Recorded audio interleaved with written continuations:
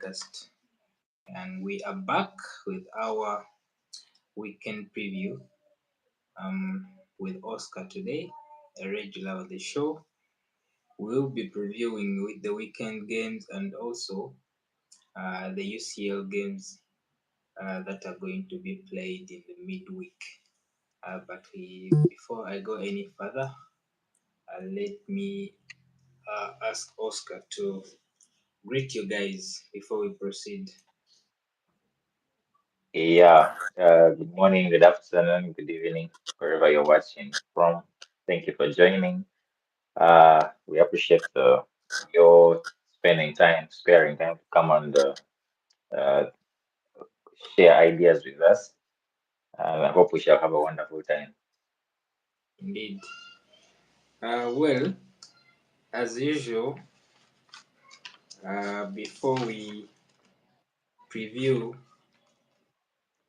we have to go back and check how we performed in our predictions. I, I don't think I performed well, man. Man, it was bad on my side. At least that I Yeah, noticed. well, it was a terrible weekend for you. You got Mm. 3 out of 9. Ah, Yeah, I was I got bad. 6 out of 9, and surprisingly, I got 3 draws correct. Now that's interesting. Now I got that's interesting. the Arsenal draw. I didn't get the correct score because I had predicted 2 Yeah. 2, but it ended 1-1. Mm, I also got the Nottingham versus Burnley draw. It mm, also ended 1-1. Actually, that was the correct score. And mm, Newcastle Bournemouth. What mm. was the what was the score? Newcastle Was it Bournemouth was a draw, 0-0, 0-0? Okay, I if had I predicted recall properly. Yeah. and yeah, I also got that draw correct. And also the Sunderland versus Aston Villa game. I got that draw also. I told you Mm, Aston Villa ain't winning at Stadium of Light. So man. things, With an early red card, can you imagine? yeah, things are not really looking good for Unai Emery. We'll be discussing the coaches under pressure. Well, Mm. um, did we? Okay, we had previewed UCL last week, did we? Yeah. Okay. Well, we have so many games this week. Mm. This weekend, sorry, and starting with the day that will be Brentford kicking off against United. Of course, Mm. United won their game against Chelsea. Mm. A game that was actually interesting. Uh, Tactic was I didn't understand what Maresca did on the day. Even with the red card, the guy decided Mm. to go defensive early, and well, he ended up losing the game. Well, Mm. United will be looking to win back-to-back games for the first time under Ruben Amorim. What do you think about this game? That's oh, that's an interesting start. Just dropping that alone. That's a very interesting start to even lay out. He has Mm, never won a back-to-back game all the time that he has been. But anyway, we have Man has had really terrible games. They have had uh, terrible seasons before, but this one is seeming to be unprecedented. So it's really seeming to be a tough thing for Amorim.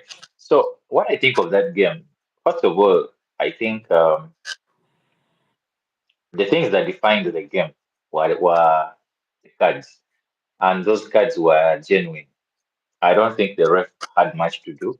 I think the refs handled themselves very well. They actually did a good job. So that aside, let's get down to the teams. Uh, Manu is still Manu, But you see, as we talk of big being big, Manu might not be a big team in terms of how they play and the results that but they sort of felt that this was an opportunity that came their way. And in my view, I feel like they really took the opportunity with both hands. They are very inconsistent because I believe that even through these 30 games, 31, 32 games, that Amorim has only won about 9 or 10. They have had opportunities in some games and they have not taken the opportunities. But this one, they really took the opportunity with both hands and legs, and it was really a good one. I saw Bruno celebrating, and rightly so, he had to celebrate, Yeah. He had to really celebrate. Yeah, it was worthwhile. It was worth it. Um, they got an early red card that defined the game. But I didn't watch the game from the beginning. But from the discussions I've had and the highlights that I've watched, it looks like Manu was already on the front foot even before the red card. Mm. And for me, that brings me back to what I feel is Chelsea's biggest problem. They have other problems going forward, and the main one being that for me, I feel Chelsea cannot cannot cannot be successful without having Cole Palmer or without Cole Palmer doing something up front. They don't have Over. that X factor. Yes, they over rely on him, and thank God the guy actually delivers, which is a good thing. Their midfield, in terms of defending, superb. I love their midfield. Their Mm. biggest issue, forget about even the keeper, their biggest issue is their defense. Very talented players, very good players, but these are players that lack leadership. They lack someone to guide them. They lack someone to put them in the right places. They lack that person who will be confident enough to, arrange the back line. We can't say Rhys James is not a good defender. He might have his shortcomings, but he's a good defender. We can't say those many centre backs that they have Favor are all child. bad. They are not. Yes, those guys are talented. Those guys are good. The call wheels and all that. I believe they are good, but and also they are right guys. Malo Gusto might have his challenges. I believe Cucurella is a good defender when he actually puts his mind to it, because I mean he can be on and off. But this is one guy that when you expect a particular player to really give him time, the guy will shut down the player, and I love that about him. Though many people love to air out, especially when he performs badly, they love to air out his bad side. I Yeah. feel that he's really a good defender. So, with all that said, their biggest problem is their defense. So, if we have to sum up the game, the first 45 minutes, let's first look at the first 45 minutes. They are on the back foot. Hmm? As Maresca, like everyone has pointed out, yes, he had to make subs, but the subs that he made were subs that are trying to tell us that, you know what, I've closed the shop. I know money is not going to penetrate, but you're forgetting that you have weaknesses at the back. That is why, you see, if it is a Liverpool doing it, or let's even give the best example. If it is Arsenal doing it, we can put there 90 minutes and another 90 minutes, and Manu won't score. Why? Yeah. Because that back line is solid. You get it? So Yeah. basically, you just need Manu to make a mistake and give you a corner or a free kick, and then they go and score the other side. Of which Chelsea doesn't have that. Your backline already has issues. Now you're actually inviting more pressure to your backline by making those substitutions, which I feel was really not good. So he took off Neto, right? And who else did he take off? What was the second person he took off? He took off Bikoko Obama. Kopama. Did he got injured? Yes, Obama got injured, but he took off someone before. What was Neto? He took off Neto. He brought in a keeper. Mm. Then, if I recall correctly, he brought on someone else. There was someone else that he substituted. Now, for me, I felt that he should have looked at it in this way: that yes, one of Manu's biggest challenges is actually their defense. And if you're telling me that you're going to go over 70 minutes without testing that Manu keeper, this is not even their new keeper, Lamens, who we are not sure of yet. This Mm. is this band keeper. If there's Mm. any quality this keeper has, the best quality he has is that he doesn't linger around with the ball. In my view, he clears the ball. But Test that keeper. Of five chances, it will be hard for not one at least to go in. Five Mm, genuine chances. You get. So he really could put himself really short in that the pitch was halved, you know, and Manu was on the front foot. Manu was on the front foot, and then they are. I mean, it was so obvious when they got a red card as well. Still, they didn't test that keeper.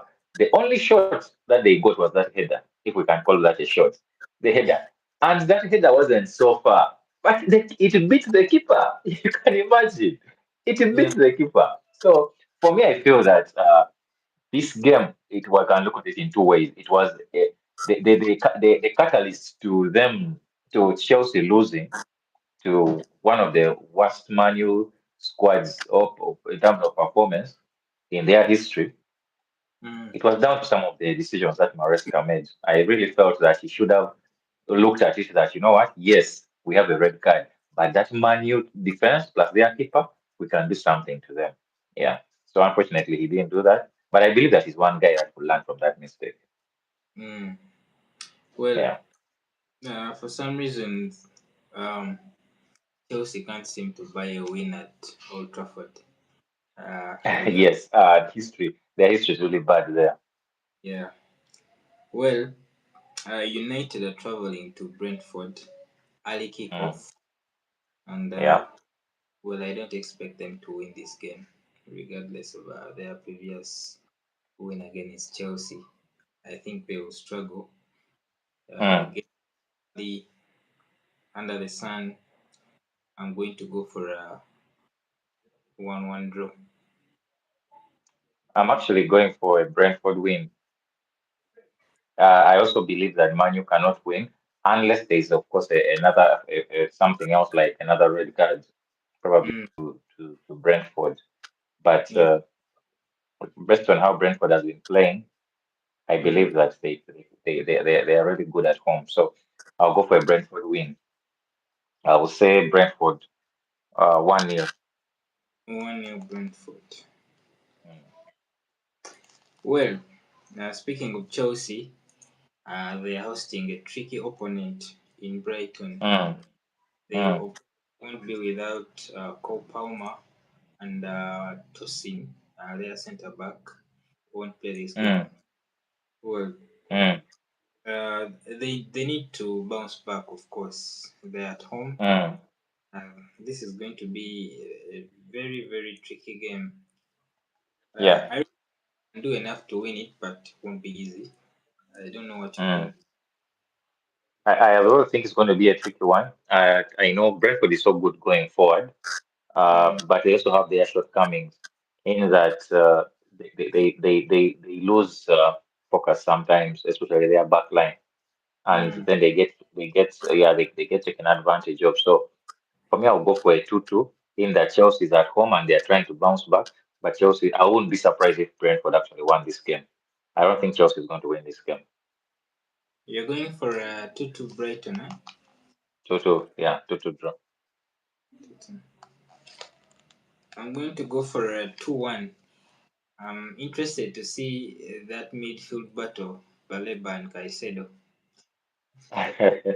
Will be Hey, interesting. Well, Crystal Palace are hosting Liverpool. Crystal mm, Palace, surprisingly, are still unbeaten. I think yeah, them and Liverpool are the only teams that are still to yet to lose a game this season. yes, Well, mm, lot been said about Liverpool, the way they have been picking points here and there, but the yes, most important thing is they are still unbeaten and mm, they have won 5 in 5. Well, yes, Ekitike won't play this game. Of course, those that watched their Carabao Cup game against Southampton, he picked up a stupid uh, red card. red. Mm. Uh, going to keep him out for this game. I've seen. I need you to tell me.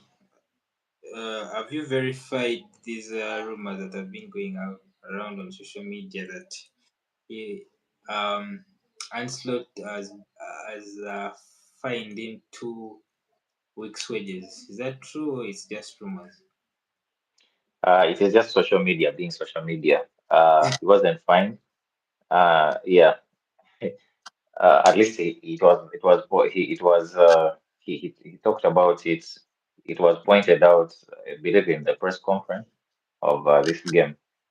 That's just social media, and I feel, you know, it's good to have people, views and likes and all that, but sometimes people take it to another level by, Yeah, using every opportunity to drop unfounded rumors. It originated from a particular person.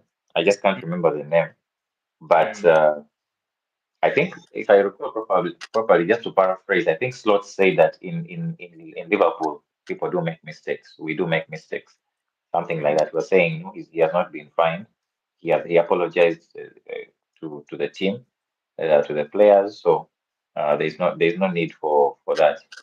Yeah, I just, I he, just he, he, didn't, he- he's not. I just didn't understand the whole thing of putting the shirt Uh, off. I mean, I yes, wanted you to see, when he see was the. given that first yellow, when he was given that first yellow card, Mm, something in me, the way he was given that yellow card, I don't think he actually noticed. And something I felt in me that I don't think he has actually noticed that he was given this yellow card. And true to what I was thinking, I was actually true. He didn't actually realize he was given a yellow card. I mm, honestly felt it. but The even ref gave him a the teammates knew. no. The teammates knew because the teammates was looking at the ref. For him, he was Mm, given the yellow card. He banged the ball down and he walked away while he is having his head down and talking to him. So, like the ref gave him the yellow card. The ref just turned, did like this, and moved. He mm. didn't see the ref giving him that yellow card. He didn't Because notice it. Yeah, let's let's think that he didn't know that he had a card. Well, you play. It's a Carabao Cup game. You're playing against yeah, Southampton. What's the whole point yeah. of putting off the shirt? I don't Yeah, understand. yeah, but like he said in his apology, he said that he let the moment get out of hand. He made it more about himself than actually the team, and he was apologetic for that. And Slot also said that if it was him, he would have actually celebrated by putting the attention to Chiesa instead Yeah. of to, because I also noticed the same thing when Isak scored. Isak Mm, was going to make his normal celebration, but he actually first pointed at Chiesa just yeah. to, but he really wanted to make his celebration, so he went and then he made his celebration. Yeah, he made the moment more about him than about actually the club. And just talking about Chiesa, I'm really so happy that he's really getting better. You know, my, we shall talk about this at another point. But my Mm, my biggest issue with the people who are the front line is Gakpo. yeah. Gakpo is so, it's like he's so relaxed thinking that it's an obvious thing for him to be chosen. I really want I want players around him to show form and have him bench. And I can Mm. assure you, he's going to show a different side of him. So he's going to show the Gakpo that we saw last season.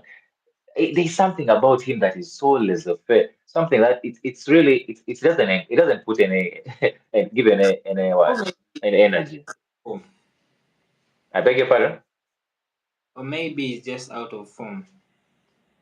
Yes, there's also that element. There's also that element. But you see, I think he will make it more urgent to try to get back on from work harder if his position is if he starts having bench time whereby he's not a starter. That is why I'm Mm. so happy with Chiesa. I'm really looking forward to Isak starting to put up numbers, which will sort of force Slot to have a ticket play on that wing, meaning that Mm. he will now see the pressure and he will try to be better. So for me, I'm happy. I'm really happy. Yeah, I'm really Well, happy. honestly, Chiesa is knocking on the door. At least we Mm, are to see the glimpse of the old Chiesa we all know and we all love. which is really a beautiful thing. Uh, I remember telling you we needed to do a show about uh, talents that really didn't reach their ceiling, and I Mm. think it falls in that category here. Man, I, I I remember. ago when I was with, he was one of those players in Serie A that I enjoyed watching from Fiorentina left Mm, to Juventus, man. mm, Big. But then when he had that injury, mm. maybe he out of form, then Juventus had to Yes, send him away. But we hope that he can uh, keep the consistency. I read something about Liverpool adding him in the UCL squad because I understand the young kid. yes. So disappointing, so disappointing. The young kid is going to be out for about Leone is going to be out for about 6 to 7 months. That's almost an entire season. So yeah, that slot is left. So he's going to be included, and I'm really happy for him. I'm really happy for him. For the young kid, man, he had his breakthrough. And he was actually the standout player for me. Besides Chiesa, he was the standout player in that game. So calm, very good touch. He was really playing well. And then the veterans were all over the place. And I'm asking myself, anyway, for me, it wasn't surprising me with how those other players were playing. But I was really looking forward to watching that kid. And Yeah. yeah, at 18 years old, I was impressed. I was happy. Yeah, I was impressed. Mm, Liverpool will be looking to make it 6-6. Of course, it's not going to be easy. not Um, at all. Crystal Palace is a proper coach team. Over Gazna is Yes, doing a very, very wonderful good job there. yes, Well, yes. uh, I still fancy Liverpool to have enough to pick all 3 points. It won't be easy, Mm. probably in a draw, but well, I'm going to go for a Liverpool 2-1 win. I believe it won't be a loss, but what I do not want is a draw as well, Mm, because before the team is not yet on hitting all cylinders. So I'm hoping that it can continue picking points, which will really help in the later stages of the season. I believe that a draw might be likely, but I'm really hoping for a win. So mm, I do not want to go with my heart on this one yeah. because I really believe that Liverpool is going to win. I really believe Liverpool is going to win this one. So I'll go with what I think based on the previous performances. Crystal Palace is at home. Crystal Palace's their goals have sort of reduced. I believe it's the Eze effect, Eze leaving. I strongly Yeah. believe that. So yeah, so I'll go for a draw, though Mm. I really feel that Liverpool is going to win this game. Yeah, but I'll go for a draw. I'll go for a Scoring draw. a nil I beg nil. your pardon? Is it a scoring draw or a nil nil? 1-1, 1-1. Though I feel that I feel that it will be a 2-1 or 3-1 Liverpool, but I'll go with 1-1. But I believe it will actually be a 3-1 or 2-1 Liverpool. Okay. Especially if Liverpool scores early, I believe they'll score more late later. I, Mm. I I don't think it's a coincidence that Liverpool scores late goals. I honestly believe they have it in them to keep on scoring late goals. They believe they can always score. Mm. Yeah, I believe so. I believe so. So I'll go for a 1-1 because that's what I believe in my mind based on past history is telling me. But my heart is telling me Liverpool is still going to win this one. So let's go with 1-1. 1-1. Okay. The next game, Leeds will be hosting Bournemouth. Surprisingly, Leeds won their previous game. Yeah. Leeds beat Wolves at away. That's it. That was interesting. That was Yeah. really interesting. Yeah, Bournemouth. Bournemouth. I think Bournemouth's players are not firing at all cylinders. You can still see the game is still the same, but their players are really not taking their opportunities in the front line. I believe there's a commentator that made a comment in the Newcastle game. He said that teams are now giving Bournemouth the respect that they duly deserve. They are setting up in a way knowing that this team can actually hurt us. So I believe with that attitude, this is not going to be a high scoring game. I believe it's not going to be a high scoring game. I believe it will be a 1-0. Now, who it will go to is now the tricky part. But let me give it to Bournemouth. 1-0 Bournemouth. 1-0 Bournemouth. I'm going to go for a Yeah. 1-1. Mm, Liverpool so strong at home, mm. so I'll go for a 1-1 draw.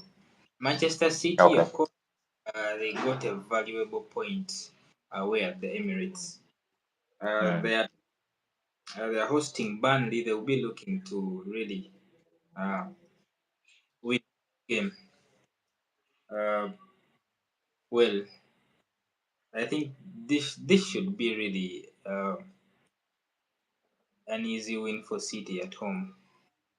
I believe so as well. But just to go back to last weekend, Mm, if we are first to blame Arteta for his shortcomings, I think we should follow the same script and also blame mm, Pep.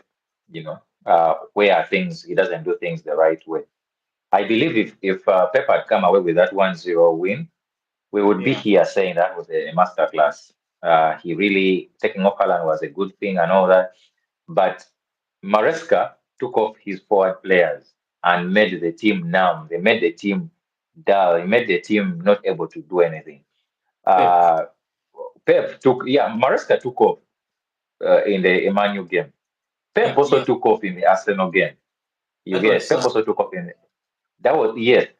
I think as much as the team has a red card, eh, Yeah. I think it is best to do what to weigh things, especially the fact that he actually had a lot of time, and the Mm, fact that I think we can all agree that that squad that started the the Arsenal team that started the what wasn't necessarily the best based on current form. It should have and we started with a team. expected Arteta, of course, to start that midfield. Yes, yes. So for me, I feel that if he wanted to take off someone, Mm, he should have taken off one of his wingers. So he decided to take if he feels that Doku was on form and he can go and disturb the front line, it is mm, fine.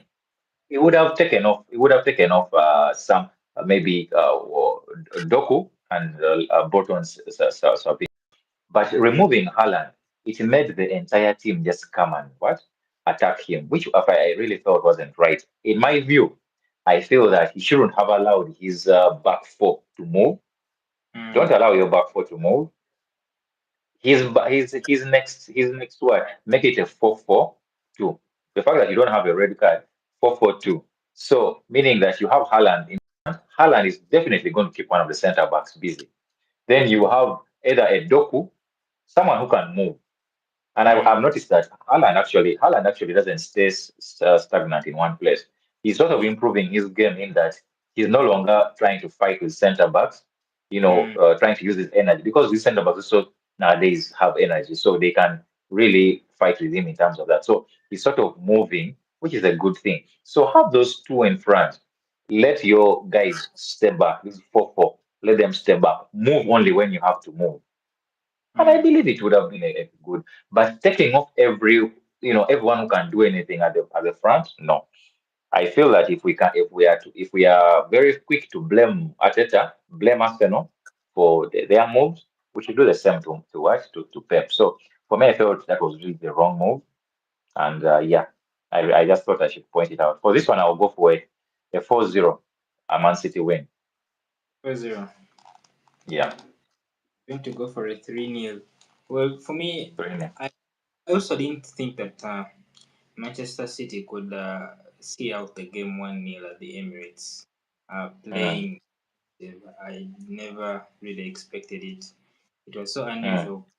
Well, and he refused to to admit that maybe the approach was wrong. He mm. instead, they used to criticize him for being boring, so he decided to uh, make it more boring. And anyway, never worked out Yes. at the end. Well, Mm, I believe they would feel that 1 point was good away at Arsenal because comparing the two clubs, you might feel that Arsenal is now a bit stronger than City currently. Yes, yes, But yes, and that is where we were coming from. mm, That's the well, point. That's where we were coming from to say that mm, Didn't really need all those players at the back. yeah, You play the team that is before you. Play the team that is before you. You don't play history. You play what is before you. So I feel that he played history. Though that is his style, but I feel that he played more history. he played the occasion. He played the occasion. He didn't play the squad, the team that is before him. Yeah.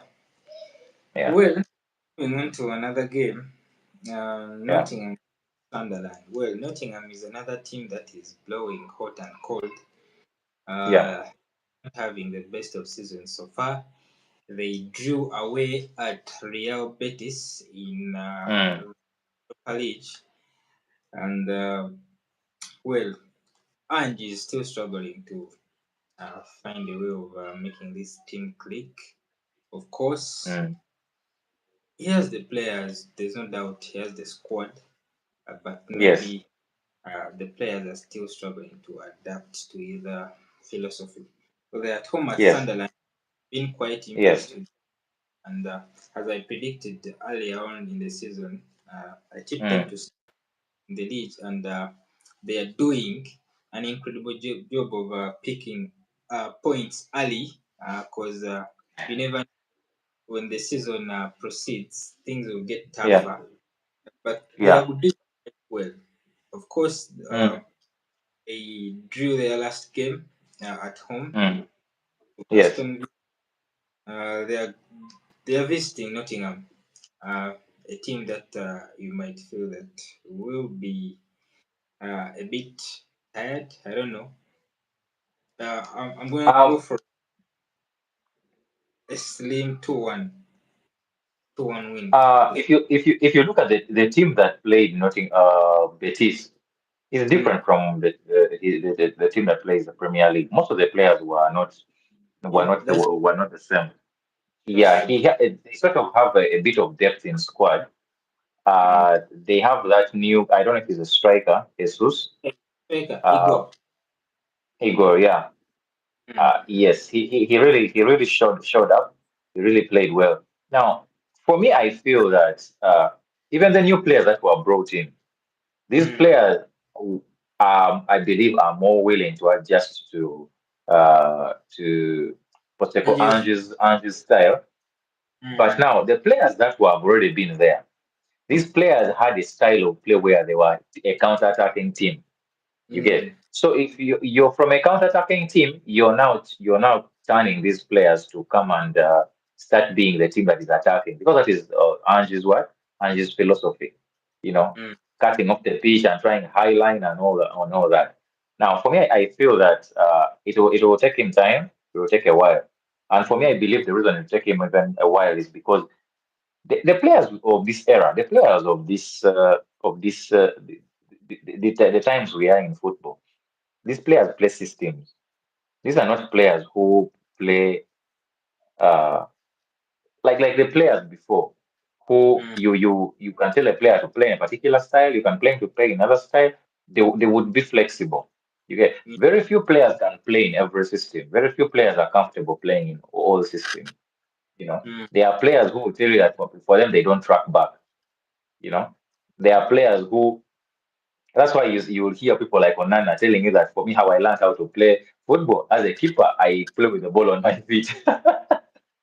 Yeah. you know, yeah, Mm. he's telling the Cameroon coach that for me, that is how I play. But remember, you're playing in a different team. And how this team is constructed, we don't need your legs. We need you to stop, be a goal stopper, not necessarily a playing what? Keeper. So things like that make it really hard or interesting in this era for players to really just adjust automatically. And I believe that's the reason why managers or directors or club owners need to be very careful when Mm. they are bringing in a new coach. look at what you have. Look at the philosophy that the previous coach has been having. When Mm, the player, the coach you're bringing in, is he going to continue from where? And I believe for me strongly, that's one of the reasons why Liverpool stopped their pursuing of Amorim and opted for Slot. I believe that's one of the reasons. Because mm, when you look at how Amorim plays, he was going to change a whole lot. Liverpool has tried to play with three centre backs, and has had hard time. Now you just imagine if Amorim with his how he's really, he doesn't want to change. Just imagine if he had come to Liverpool, what would be happening? He would be forcing the issue with his players, and the team would still be struggling. You get. So mm. for me, I think that Forest will struggle a bit, but I still believe that it will, as much as it will take the time, but they'll pick up. I'm going to give Forest a win. I'll give them a 2-0 win. 2-0. Yeah, One for a 2-1. 2-1. Okay. Um, Another game is Spurs at home. They're Mm. hosting. Uh, Wolves. they're doing pretty well so far. Tottenham. Mm. Mm. Um, I think the players and the fans would love to continue this way without getting dragged into the whole conversation of the title and all that. I think Just the in, players, just in the shadows. yeah, love to go under the radar, which they are Mm. doing surprisingly, or Mm. not surprisingly. Last season, this is how they Mm. started. Yeah, they. Mm. I think by October they were top of the Mm. table. So this is not surprising from Tottenham. They tend to start well, but Yeah. it's the season. Well, they Yeah. at home Yeah. in struggling Wolverhampton, and I believe this should be a routine win for Tottenham at home. They Yeah. rested Yeah. in Carabao and Yeah. be freshen up to win at home. I'm gonna go for a 2-0. Yeah. Same here. 2-0. Okay. Um, Before we proceed on the next game, speaking of Wolverhampton, Victor Pereira is one of those coaches under pressure. Do you think that he'll be able to turn things around, or eventually he'll be shown the door? I believe he's as long as he keeps the team away from the relegation battle, just Mm, keeps them above the relegation zone, he will still be safe. I believe mm, he will be safe. He will still continue because I mean you need to know who you are and where you are. Right now, where they are not in a good place. They're in a place where they lost their star players, they lost two of their main players. mm, So it's going to be a struggling season to a point that a team offers them about 60 million for someone like Strand Larson, and you're not mm, willing to take that money. It means that where they are right now, it's beyond money. Money is not necessarily there what they are looking at. They are looking at survival. So mm, I believe he's under pressure, but as long as he keeps the team away from the relegation, mm. I believe that he will be fine. I'm just trying to look for the uh, for the table here. Let me just make it wider. Uh, According to the table, let's see where Wolverhampton is.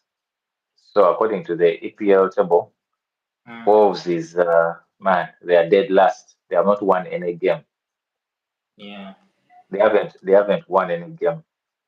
They haven't picked up any points. I believe he's under serious pressure. Um, that makes me rethink my my prediction because Prediction. yeah, probably I'll give them a goal. But Mm, the reason is because Tottenham is also not necessarily that strong a team. It's not necessarily that team that is up there. But he has to start picking points. Either it is draws or wins, he has to start picking points. And I believe that anything can happen. This is one prediction that I will be fine with if it doesn't go my way. Reason being that you're attacking a wounded lion here. The man has not picked up any points, so anything is possible. Well, if they were at home at Mourinho, I would have maybe uh, think that they can get a win, but at Mm, away against mm, Spurs, that mm. rest the players in Carabao, I don't Yeah, think they'll win. Well, you can't really blame the coach because they sold two of their best players and they didn't really give him a chance to replace those guys. So yeah, we tend to suffer. Uh, this is no surprise. If you sell most of your players and don't replace them, this is the yeah. price you pay. You pay. Well, Yeah. um, another coach that is pretty much under extreme pressure is Unai Emery. Things Mm, are terrible. mm. I remember last week I told you that they haven't scored a goal and you had to confirm that stat. I couldn't believe it. In 5 games and they haven't scored even one goal. It was It's hard to so believe. like of Unai Emery for his team to Mm, go 5 games struggling to mm. even score. It is terrible. Well, Yeah. they are out of Carabao Cup. Mm, Um, did they? Okay, they won away in their first mm, game in Europa League. They beat Bologna 1-0. mm, But Emery has to really start picking up points. Um, most of his best players are really underperforming. mm. Speaking of can't buy goals, Oli Watkins, 6 games, 0 goals. Morgan Rogers, McGinn, all these guys are really underperforming. They should really Yeah. step up. Things are Yeah. not And really speaking of stepping up, you see, they actually, yes, they had a red card and an early red card in the first mm, 45 minutes, and they scored fast and conceded after about 10 minutes, yeah. 10 to 11 minutes. That's Mm, crazy. Eh? A team is on a red card. So you need to take advantage of that. So if we have scored early, mm, let the team come. You know, have a strategy. Have a strategy. I never watched this game, but I'm just looking at the stats here, and I'm thinking, really, what were mm. these guys thinking? That was an opportunity for 3 points, but they just dropped it. So yeah, he's really in a tight spot, and I'm thinking going into this game, he really needs to think about starting to get points. But now he's playing a Fulham that is Strong. this is a Fulham that went to. I mean, they beat Brentford, and Brentford is not a pushover. So I believe Mm. they are coming into this one to actually win it. So I will say I'll actually give it a draw. I'll actually Yeah, give it a draw.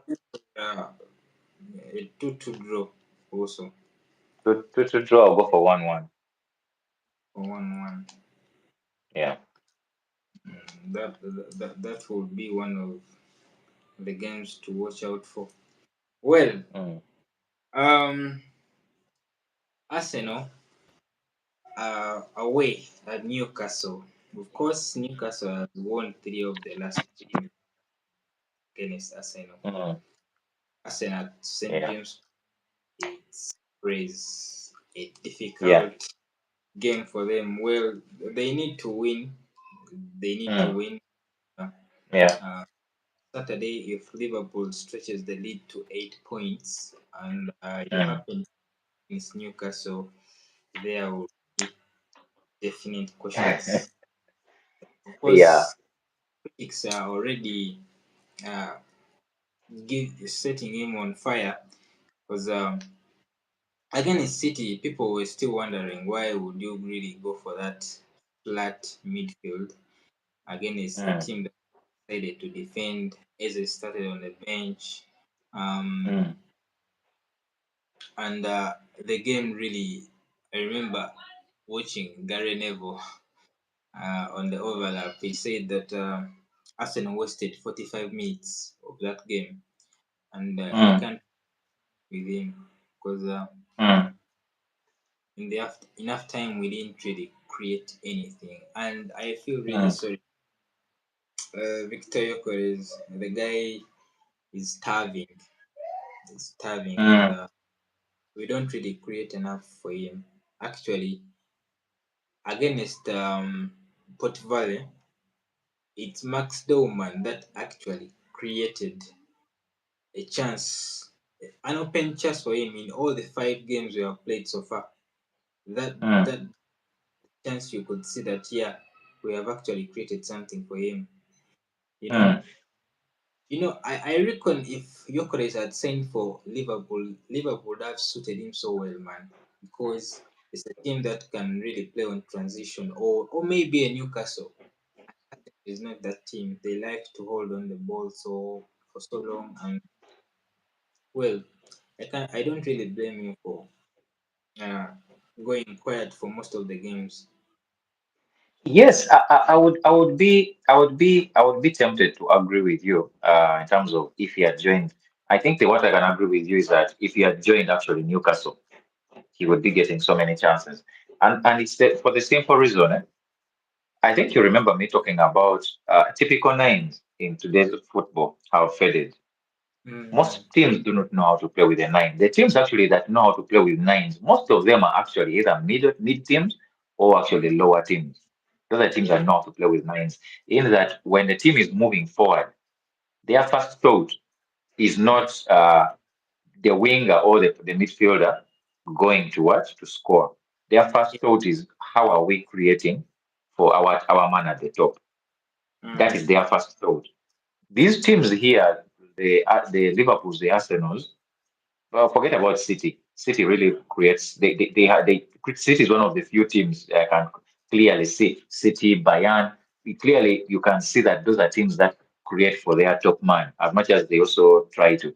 But I think Liverpool and Arsenal, if we are to zero down to those two teams, they have not been. Their top scorers have not necessarily been their nines. Their top scorers have been other players. Their top players have been other players. You get mm, so it's a bit of a transition, and I'm going to use for Arsenal. We have clearly seen it with Gyökeres. I'm going to use this example. It might not be the best, but I'm going to use it. Actually, I'm going to use two examples to make it to make the point stick. Uh, mm, Isak against Southampton, he was actually being open, but you see, every time there was a through pass in the mid in the on the sides and the player on the wings had an opportunity to cross, the player's head was always down, thinking about how I'm going to dodge this guy to shoot, or how I'm going to dodge this guy and probably pass after. You get.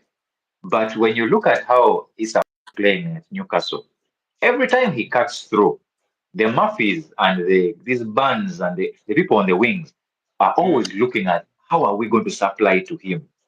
You yeah. get, and I believe Arsenal might be because probably Arsenal is not necessarily scoring a lot with their other players, with their other players, and they are having very many areas we can scrutinize.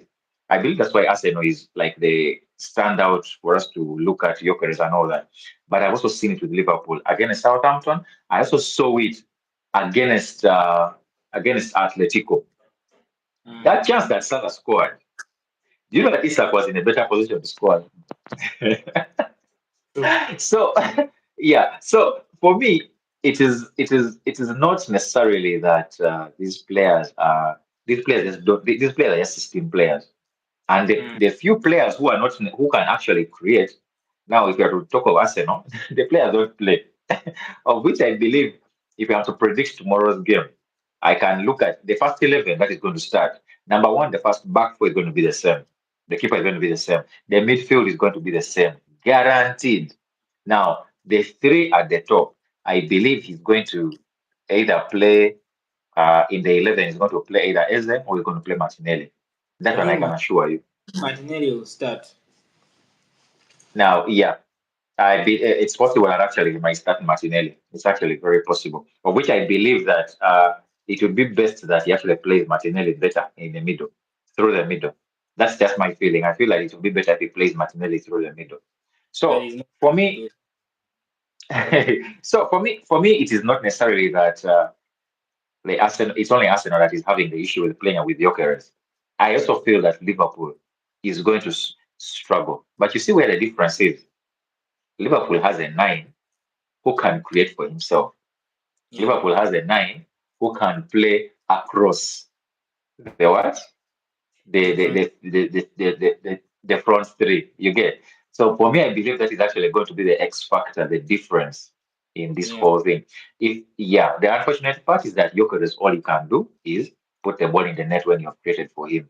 So I believe that's where the struggle is going to be. Yeah, and for this game, I would go for. I'm going to give Arsenal a win. So I wouldn't be surprised if actually it ends up in a draw. I'm going to give an Arsenal a win. I'll say 2-1 Arsenal. I'm also thinking one, but of course that will depend on the lineup that is going to start. Yeah. Because man, you see Uh, that midfield three of Merino, Rice, and Zubimendi, it looks so mm, like whenever we play with that midfield three, we look so average in the middle. They don't create anything. They are good in yeah. keeping and all that, but they don't create anything. And it is not rocket science that whenever Eze plays, creates some Mm. it. I mean, Yes, it's not. Mm, that assist against City, he created it mm. from the middle where we want him to From play. from deep, yeah. Exactly. It's not for me. It's not necessarily where you would want him to play, but he's a player who is used to. Yes, he's used to playing on the left, but he's used to playing a free role. You Yeah, get. he's a playmaker. So are you telling me that with that solid back four, you cannot give a player freedom to actually play? If you can allow, if you can allow Odegaard to be your creative player, eh? When he's not around, what is the harm in giving another player chance? Eh? Especially when you're not playing a team that is necessarily going to a team that has issues. Yeah, Mm. it has already problems. Why don't you use that advantage? Because for me, I feel like Arsenal doesn't have problems right now. It's just the coach complicating matters. That's just my personal view. That's just my Exactly. personal view. Yeah, other teams have problems, but they are sort of handling their problems well. I believe Man City is handling their problems better than we even thought, in my personal view. I feel like they're really handling their issues way better. You get so. I think if he overthinks this game, don't be surprised if Arsenal draws or actually loses this game. Don't be surprised. Well, Newcastle good at really rattling Arsenal players and the coach. So Yeah, definitely, I hope that we don't concede fast because definitely it will be they'll a hard. they'll they'll close shop. They'll close shop, and I don't think their midfield is better than the one of City. They will close shop, and it will be a problem. They're actually so aggressive and they Yeah, can yeah, play a low block, And very well, very well. well, this is the type of game that Heze has to play, man, because uh, without Odegaard, he's one of the guys that really can create something, who can Mm, block. So I'm happy yeah, that Kayo is back again.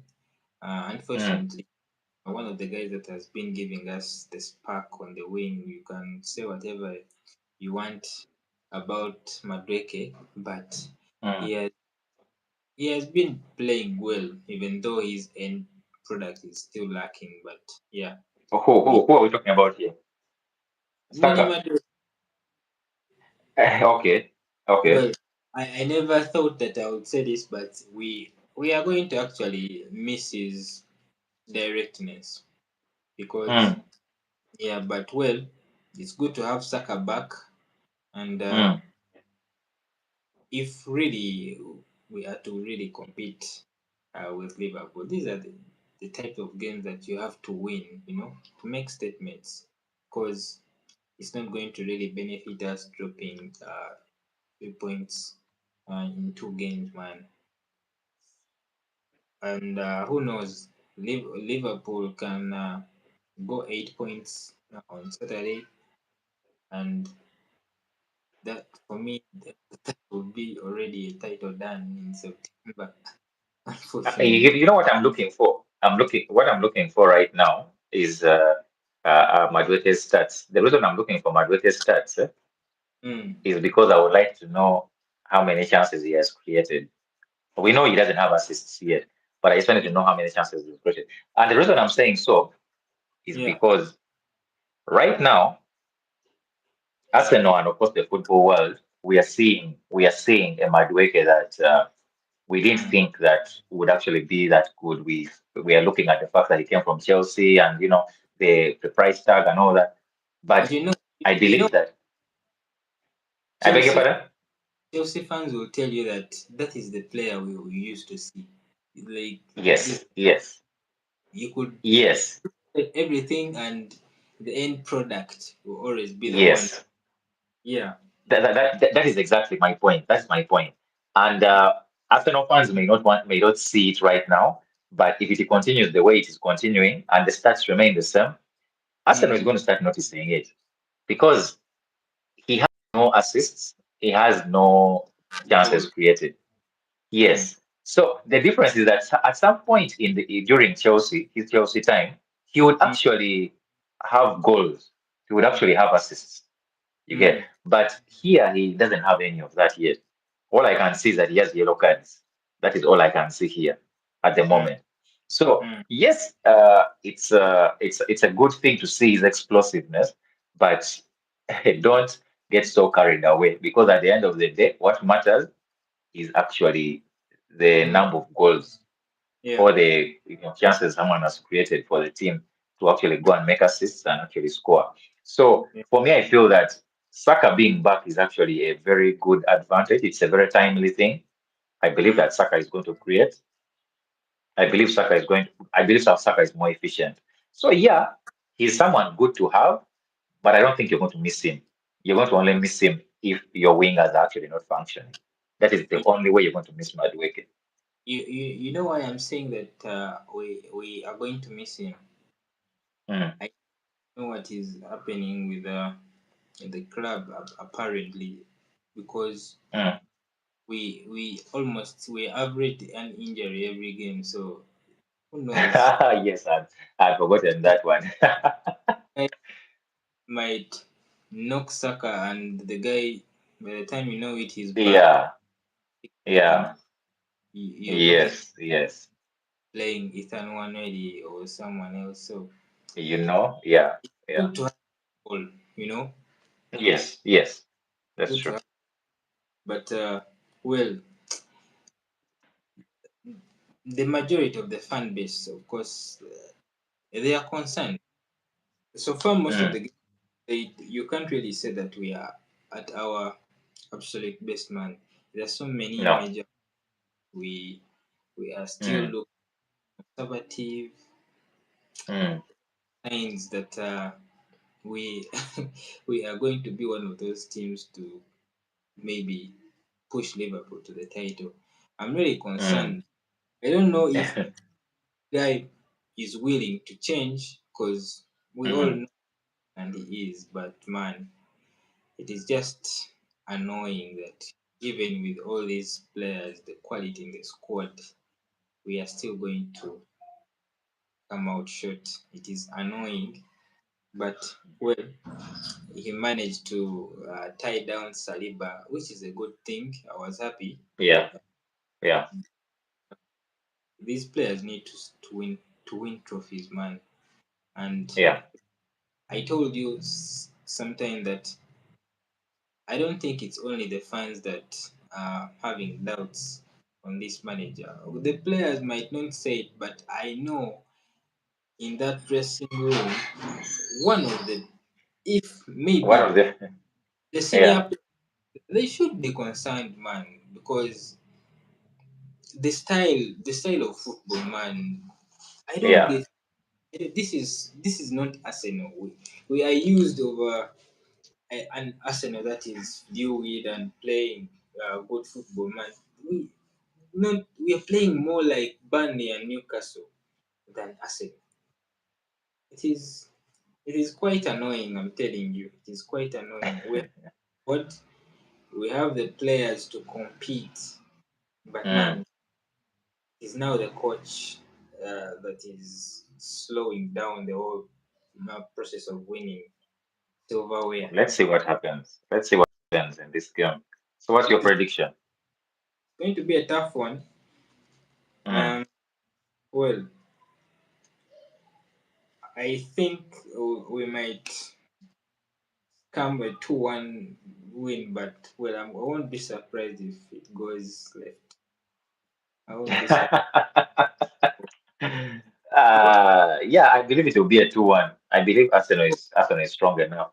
I For believe they will, yeah.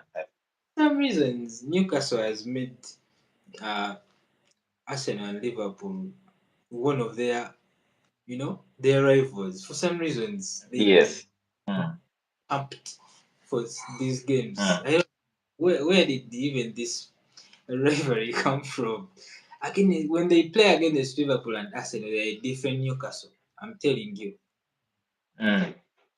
They So show up. they show up, man. They are always aggressive, and that midfield of Gumares, Joelinton, and Tonali is quite aggressive. So Mm, Arsenal will need to be up for it, man. There to pick mm, points. Well, I watched Arteta's press conference and he said that Odegaard might be back for this game, but it doesn't suit him anyway. It will be so physical. These are the type of games that he loves to ghost. So, well, mm, maybe to make the bench. I don't know. Well, we will see. We will see. I've gone for a 2-1. You've gone for a 2-1 too. mm. Yes. Right. Well, the last game will be Everton at home uh, against West Ham. Graham Potter still under a lot of pressure. Yeah. They are down in relegation. They are still Mm, struggling to pick wins, and mm. they're Everton, who's so strong at home. Yeah. I don't expect West Ham to beat Everton at home. This looks like a Mm. 2-0 for me. I'll go with 2-1 Everton. 2-1 Everton. Yeah. Well, I think that's all for the Premier League. But in midweek, of course, Champions League will be back, and we are going to go through most of those games that fans out there follow. Mm, Well, starting on Tuesday, my team Real Madrid will be away playing Carriot. I told you Carriot might uh, break one of those records of conceding the most goals mm, in the UCL campaign. So they are playing against Real. Mbappe on top form, man. He has already 7 goals this season mm, in only. I'm really mm, happy started the season on a hot mm. form. Well, this should be a routine Real Madrid win. I'm going to go for a 4-1 Madrid. Okay. Yeah. I would also go for a Madrid win, of course. Mm, I'll go for a Madrid win.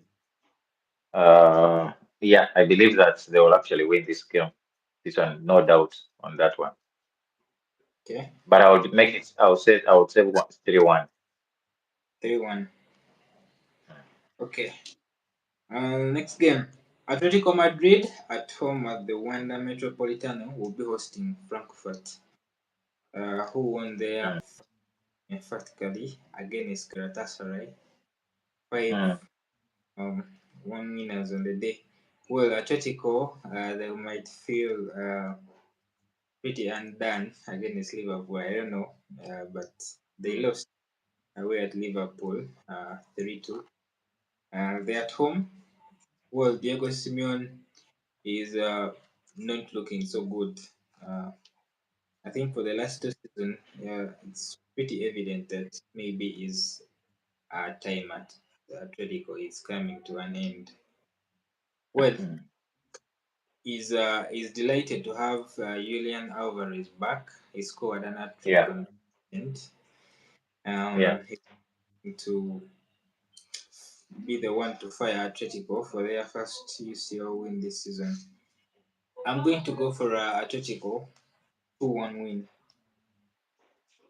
Atletico 2-1 win. Yeah, I would say 2-1 as I would say 3-1, but let's go with 2-1.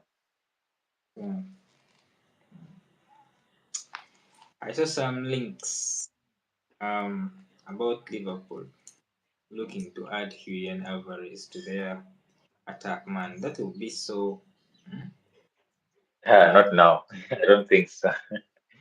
I don't think so. If there's anything I've learned about Liverpool. Yes, of course, social media will say what they need to say. Sometimes some of those things are just to help the player either move on or make the player get a bumper contract.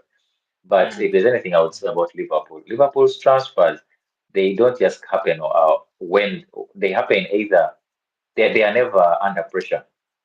yeah. When a transfer, they will always try to make the best decision for now and for the future. Just like you see when Diogo Jota died, rest in peace. Mm, He it was a moment of panic. For it will be a moment of panic for most teams.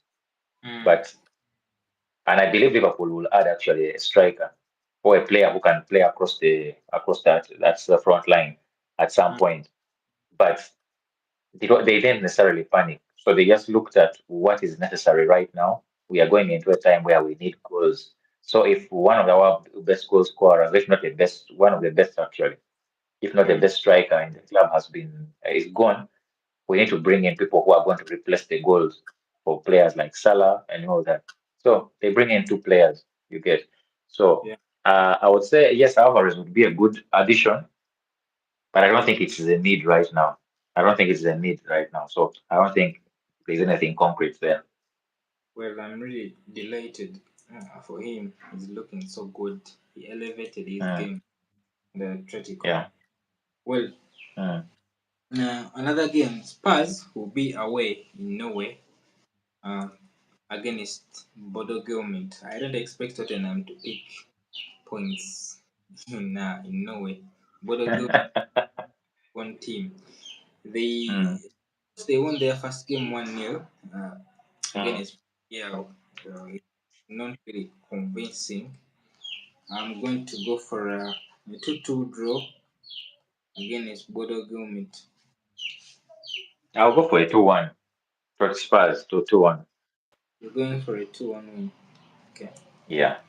I Well, believe next, Spurs can win this one. Chelsea will be welcoming back their former coach, Jose Mourinho. Mm, Uh, they're hosting Benfica. mm. Jose Mourinho, of course, they drew their last game in the league 1-1.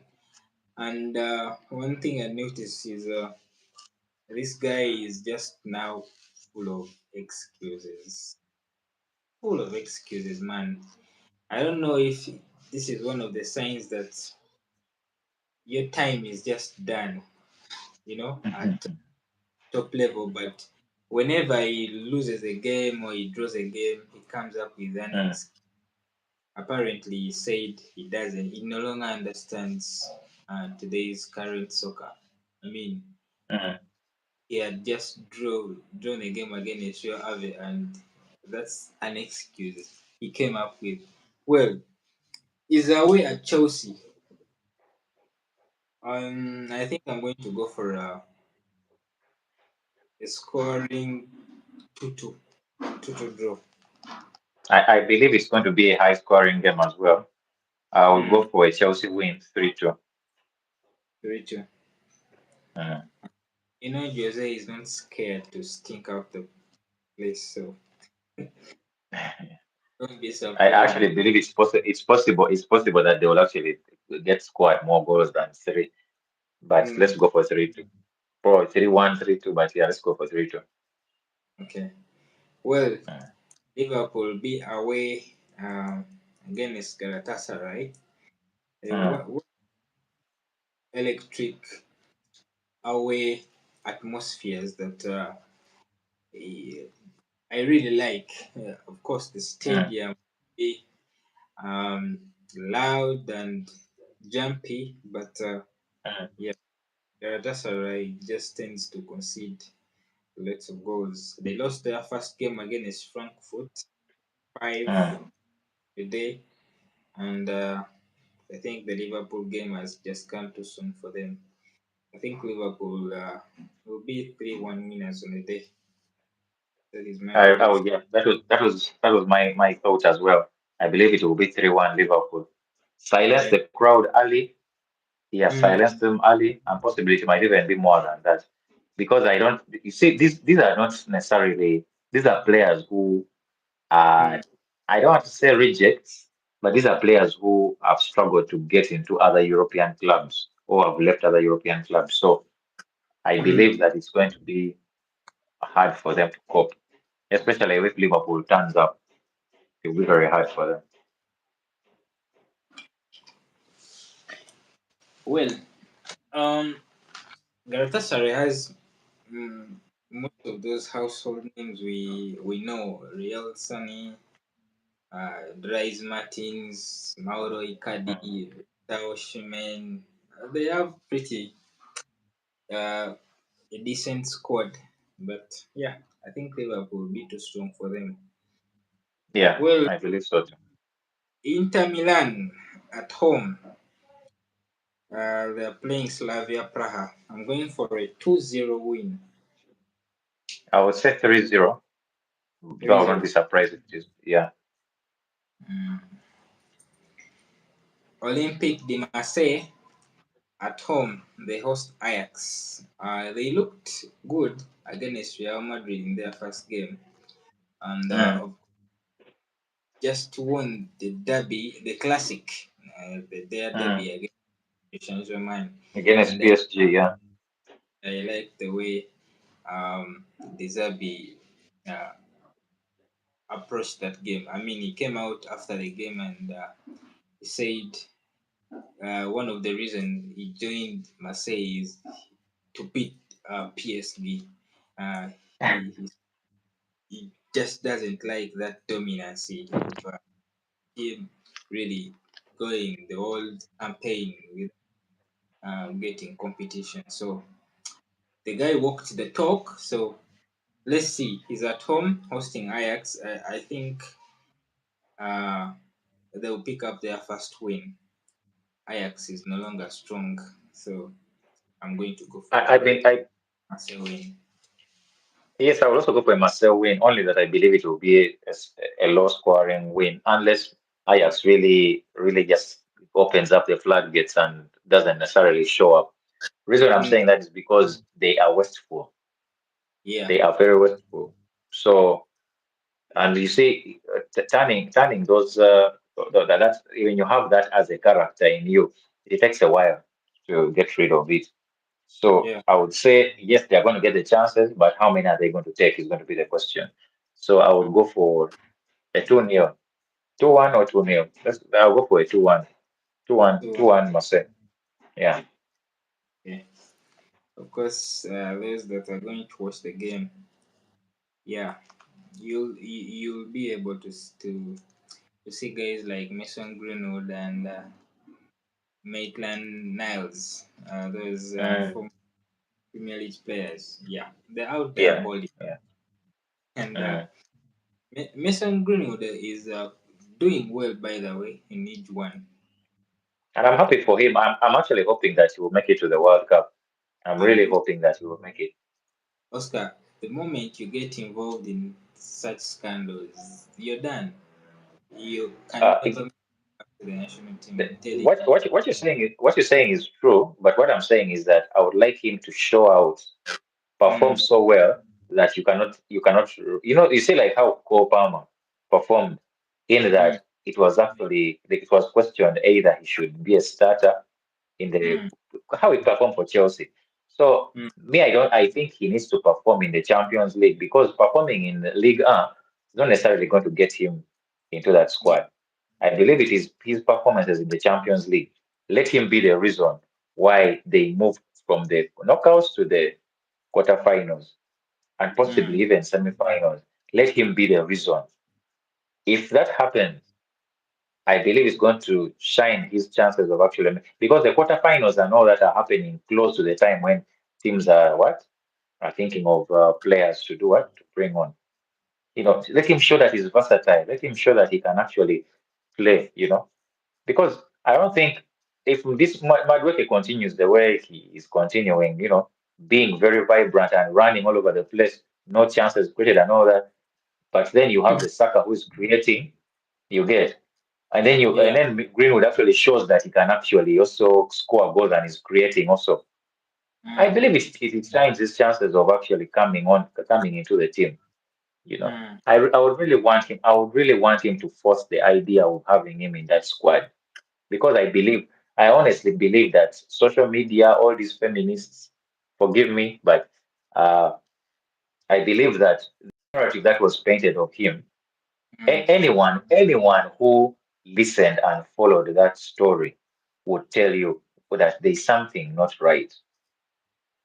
Because Correct. where have you ever seen it that any of these people in the Western world, someone would batter you, and then you go back to the person and you even drop the charges and Yeah, let the person's career continue. Where have you ever had that?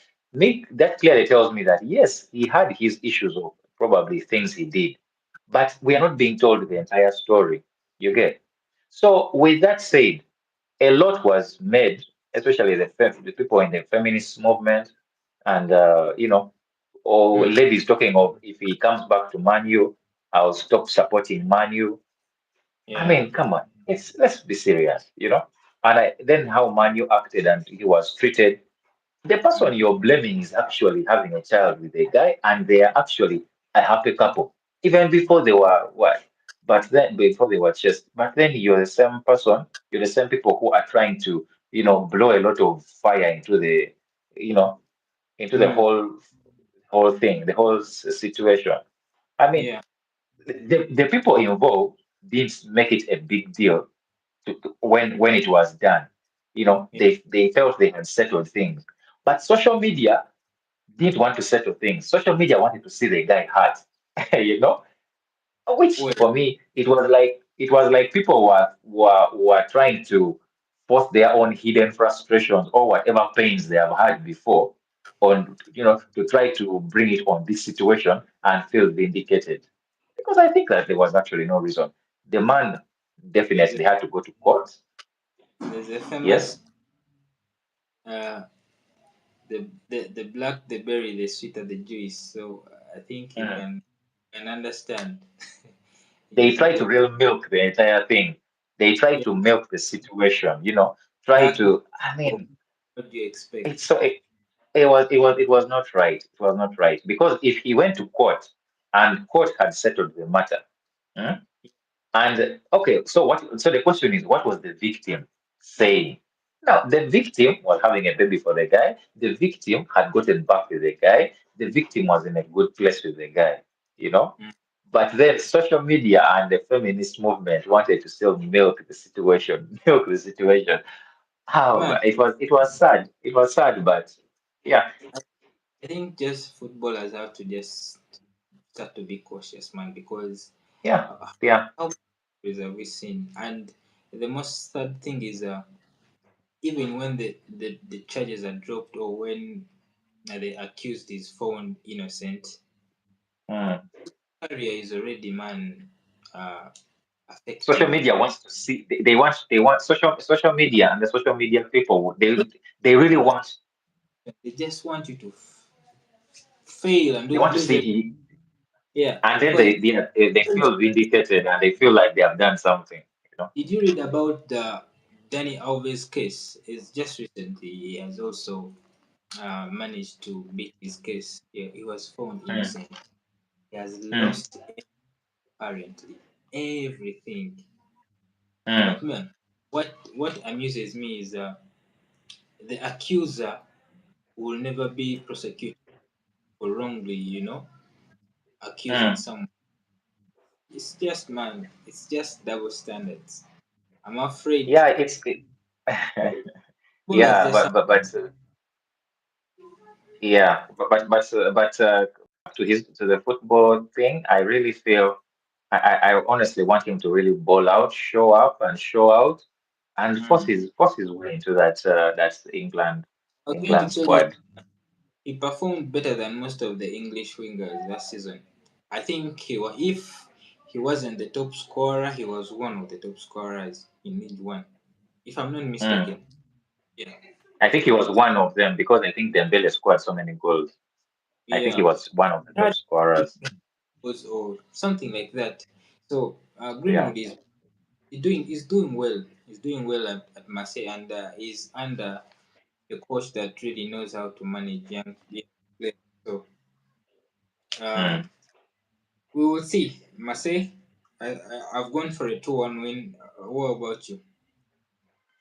We'll go for 2-1 as well. We'll go for 2-1. If they're not West Polish, it can even be 5-1. But let's go for 2-1. Well, the next game, Bayern is away against Paphos. Well, I don't even know who this is. Come on. Come I on. was, They are at the big stage. Give them some credit. Come on. Just because you've not heard about them, yeah, they're up there. I'm sorry, but I'm just getting to learn about this About team. the club. No, it's actually purpose is the fact that they go through that whole process, that whole process Qualification. round robin and stuff like that. I Mm. believe that, yeah. So for me, purpose. Nah, I believe it's a it's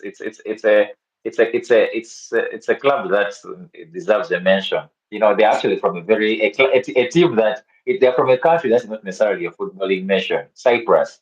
You know, Hey, hey, so yeah, yeah, they are according from Cyprus. to So that, giving me money to name where they come from, and I bet you I would fail. Well, they are yeah, but this Bayern Munich, so hmm, I don't think yeah. there's a about this game other than how many Bayern will score. But you know one thing about Bayern Munich, Hmm, uh, I know in future this is one of the clubs that is going to be involved in uh, gambling scandals and stuff. hmm. They tend to sell games one or two in a season, and because it's You think so? no, no, You think so? I'm telling you, I've followed Bayern Munich quite a while. They lose Yeah. games never think they can lose. So, Mm. well, I'm not saying that this is going to be the game, but this is type of the game that Bayern Munich would like to sell. Well, it's just early in the season, so I don't think they will do that. But I'm telling you, don't be surprised that Bayern Munich at some point is convicted Mm. of those scandals, gambling scandals. Hey, that, that I that is that is a very huge claim. Eh? when I was in Germany, I remember when I visited some friend in Munich. So I was asking him about Bayern and how the club is run, and he told me one of the ways of acquiring money is Mm. through some of the games. Yeah, he Oh, told me really? this. Yeah, he lives in Munich. He Wow. told me Bayern tends to sell games. Yeah, that is how Wow. some of the money. So I don't know how true that is, but Yeah. now you start to add the dots here and there, even in Yeah. Bundesliga, games that they Yeah. lose and you're like, oh, how did this happen? Mm, mm, But yes, mm. they are playing Paphos away in Cyprus. I'm going to go for a 5-0 win. I can brace or a hat trick in this one. I'll go for a 3-1 win for 3-1. Bayern. Mm. You've been so generous. Wow. Really? Yeah. Well, Union Saint Glois This is a club from Belgium. They will be hosting Newcastle. Of course, Newcastle lost their first game against Barcelona, so they Yeah, are traveling to Belgium. Um, I'm gonna go for a 2-2. 2-2 draw. Let me give. I'm giving Newcastle this win 1-0. 1-0. Wow. Okay. Yeah, yeah. I believe Newcastle defends well. I Mm, believe. Yeah, I believe they defend. I believe they can nick one and close shop. mm. Mm, Well, Arsenal at home against Olympiacos. I mean, this is one of the opponents that Arsenal has played most in mm, Europe. I mm, remember the last encounter. Um, they knocked us out in Europa. Yeah, in Europa League mm, mm. in extra time. Yeah, so they are now facing a different Arsenal. Of course, this should be a routine win for Arsenal. I'm going for a 4-0. So I would actually 1-0. Reason being, you know, their previous game they actually played Purpose, and Purpose got an early red card, and they were at home and they failed to score. Olympiacos. Yes, They played who? Purpose. It means Paphos is not from Cyprus. It's in Greece. Just hold on. Just hold on. I think I got that wrong. Just hold on. Let me just confirm. Olympiacos is from Greece. Yes, they have that Greek connection. Mm. It's yeah, they have that Greek connection. Let me just confirm. Yes, it was Olympiacos that played Paphos. So Paphos is from Greece. It must be Greece, but they have a Cyprus connection as well. I think they are founded. They Oh, were founded from Cyprus, oh, but they are from Greece. it's like Cardiff in Wales and playing in Premier Something League. like that. Something like that, I believe. Yeah. Well, So I honest. Yes, I'm going for a funny. What about you?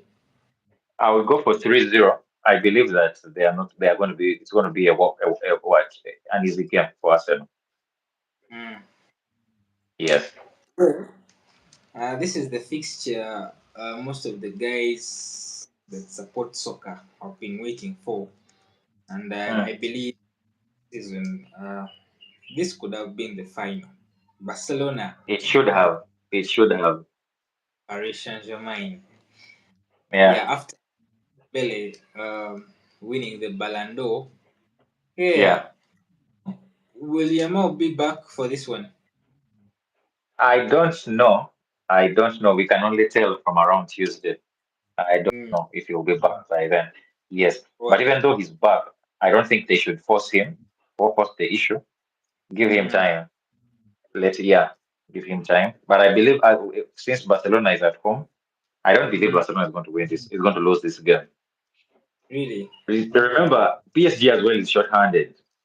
I don't think they are going to be having Due. I don't think they're going to be. Is Dembele is also that not so? Yeah, Dembele and Due are injured. I don't know if they'll Yes, be back for this.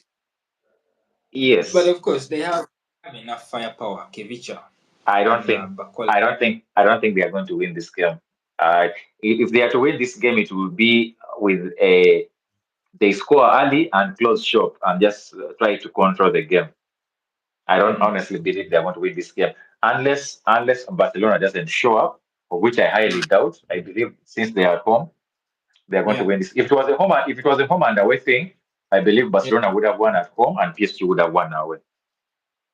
Well, PSG surprisingly have started season a bit slow in terms of scoring goals. So Yes, they don't have the but personnel. They don't have the personnel. And you see, teams are setting up to actually play. And that's the thing that I've noticed with the pattern in these previous seasons.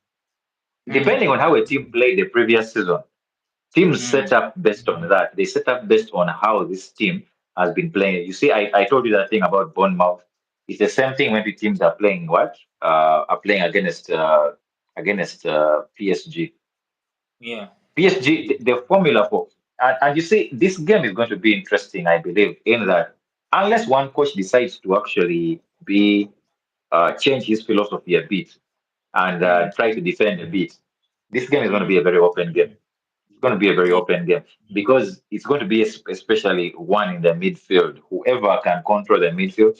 And that's why I feel that if it was actually the final, it would have mm, really been so good because both teams, their midfields were really so good. You know, yeah, right now, we can say we can poke a lot of holes in their midfields, but mm. I still believe it's going to be a really top game. So I would say Barcelona is going to win. I would say I'll go with the 2-1 Barcelona win. I'm going to go for a 2-2 Barcelona win. 2-2. I don't think it's going to be a draw, but yeah, it's fine. The midfield battle of Vitinha, Fabian Luiz against uh, Andre, Pedri, De De Jong. Jong, and the likes. Well, unfortunately, this guy is back injured, Gavi. He Oh, won't be able. wow. He's picking a lot of Mm. injuries at a young age. Yeah, Yeah. yeah. You see, and that's what the thing I love about Slot.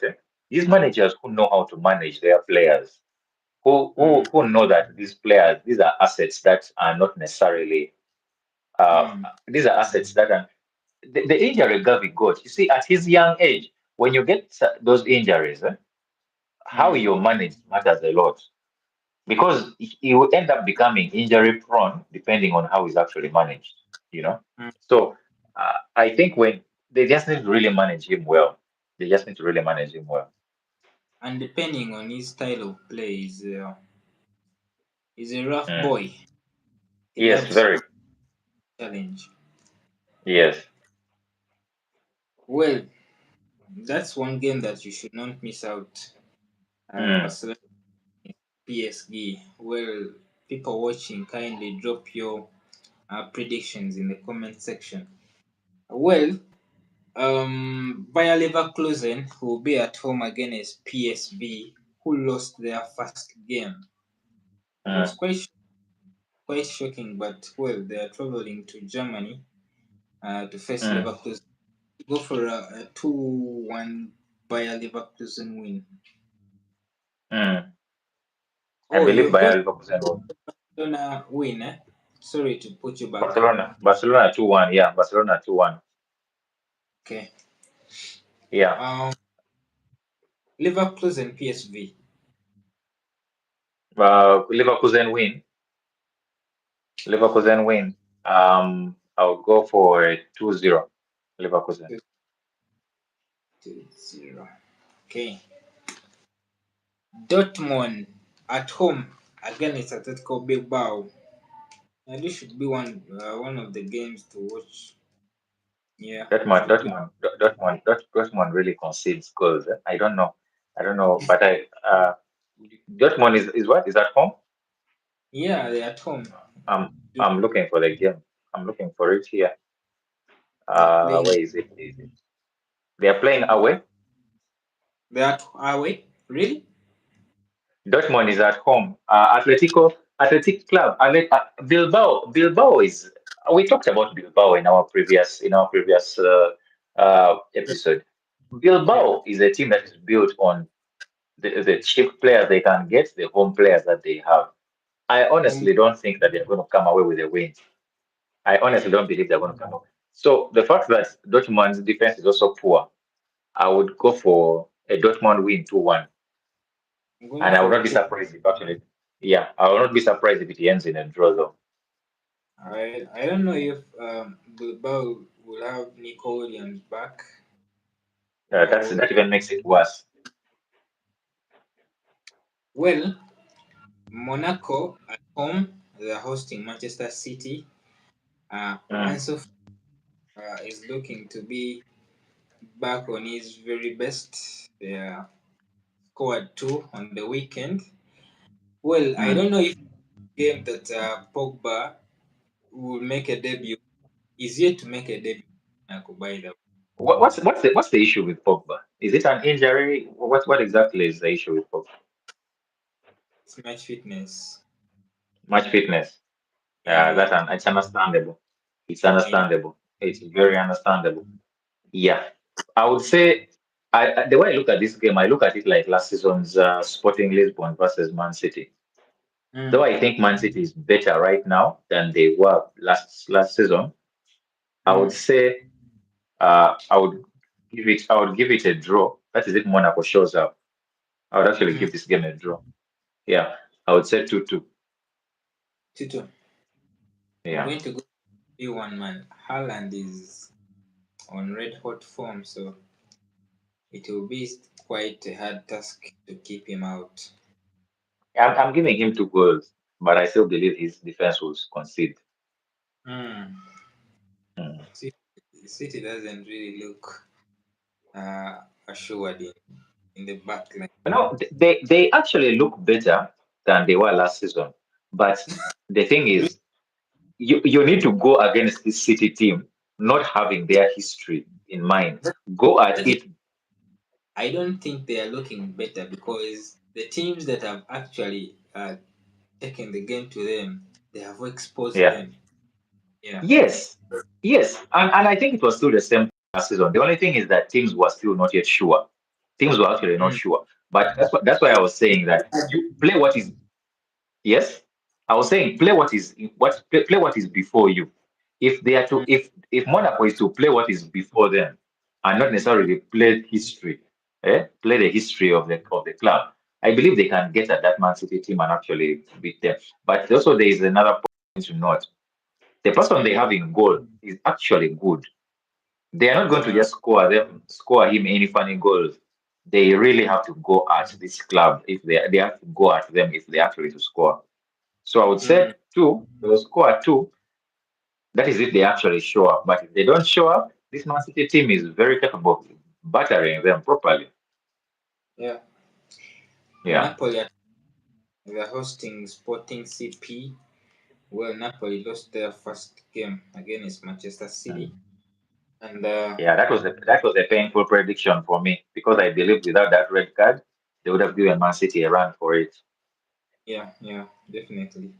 Well, they are hosting CP. CP won their first game Mm, against Kairat, so mm. uh, it should be a good encounter. But Napoli at home, I'm going to go for a 2-2. I'll go for 2-0 Napoli. 2-0 Napoli. Mm. Well, Villarreal against Juventus. Juventus has been really playing classics of recent. They have with Yeah, Dortmund. They're away yeah, against. it has been a high scoring case for them. I'm going I'll to go go. for yes I'm going to go for a 2-1. Juve. for who? For Juve, 2-1. Yeah. I'm Mm. giving it a draw. 1-1. Draw 1-1. Yes. Yeah. Nicolas Pepe has just won La Liga's Player of the Month. Player of the That, month. Wow, I'm happy for him. I'm happy for him. That's ah, wonderful. well, that is Yeah, Champions League for yeah. maybe to also predict another English teams that will be competing in Europa League. Well, Nottingham Forest will be at home hosting Midtjylland from Denmark. I can give them a win. I would say 1-0. 1-0. I would say one Uh, nil 1-0, yes.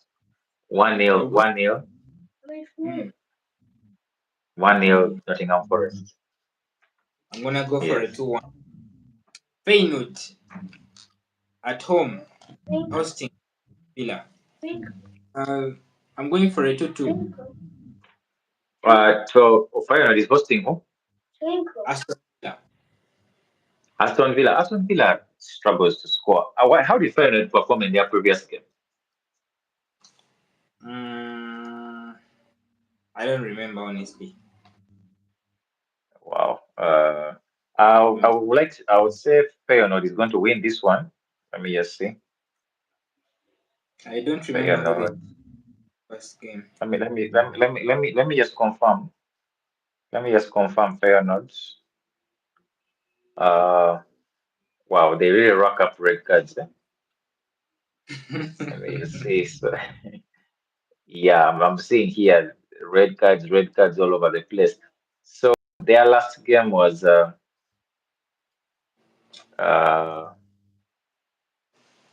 wow. Um, let me just. I think I got the entire overview. Let me see Europa. Let's see. Okay, so they played Braga and Mm, lost 1-0 away. okay. So I think since they're at home and Aston Villa struggles to score, I would say they would win. I would give them a win against Aston Villa. I'll give them a So win against Aston Villa. 2-1. 2-1. Yeah. Well, I guess that's it. Well, there are so many games to look out for during the Mm, week, so mm. fans will be pretty occupied.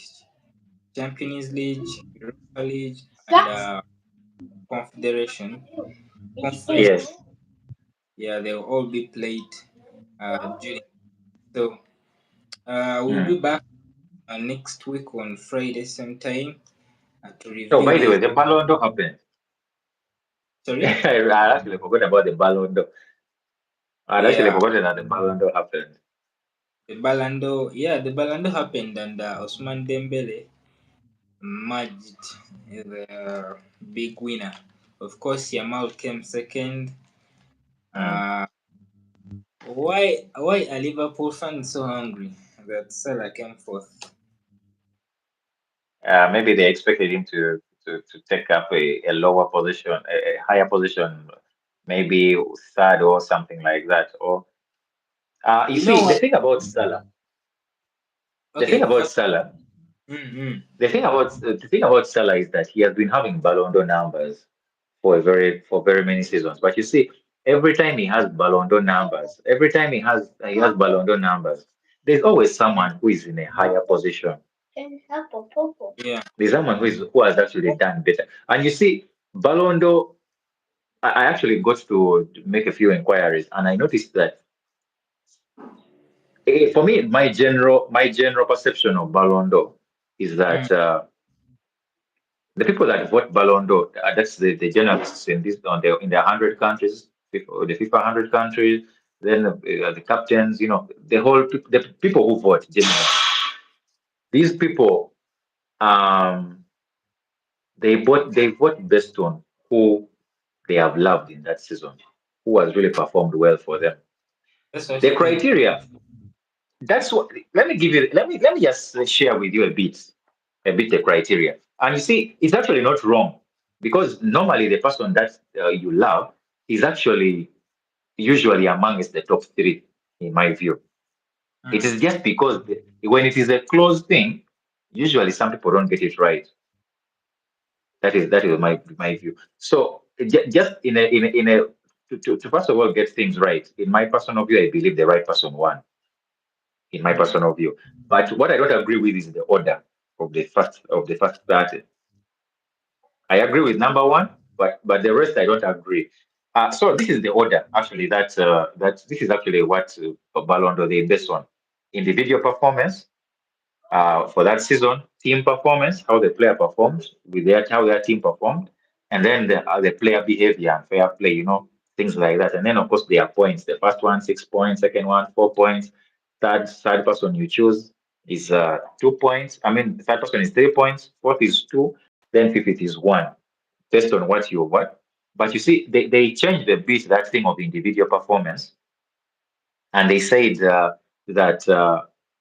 It's not just your individual performance, like you rack up stats and all that. Your decisiveness in big games. Let's say, for example, a UCL semi-final. If you're in the UCL, a league game whereby this league is like decisive. How do you play? You, the player that is being looked at. How do you play and all that? Maybe in the tournament, like how these guys had tournaments. You know. Sorry, I my network. where did I lose you from? Was that when I was sharing the what is based on, what Yeah, the Ballon d'Or is based on? Yeah. yeah. Okay. So just to review it a bit. You were saying that you wanted to share the list of the first 30. Yeah. No, not necessarily share the list of the first 30, but I was just saying that I don't agree with the how the first 30 came in, you know, Mm, like their positions. I agree with number one. yeah. You get it? I agree with who was number one, but I don't agree with how the other 30.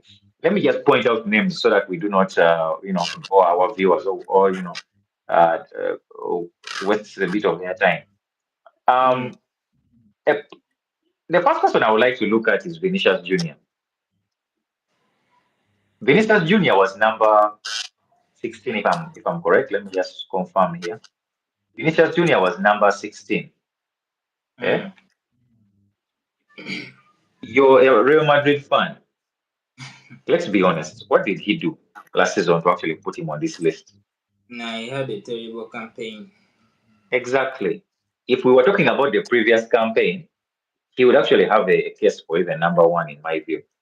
So Yeah. for me, I believe that he's a classic example of why I think that it is more based on who Mm, what this guy is someone or a voter loves. That's what I believe. Um, when we were to look at Salah, hmm, Liverpool fans might not be happy with this, but the thing is that Salah always has Ballon d'Or type of numbers. That is a fact.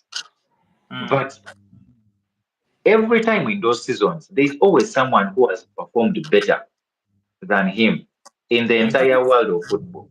You Rafinha had get? a campaign. Yes, and that is the issue, and that is where the issue is. You get? The truth is that he has had Remember, actually a Ballon d'Or. sorry to cut you short. Yes. Liverpool didn't really perform good domestically in the cups.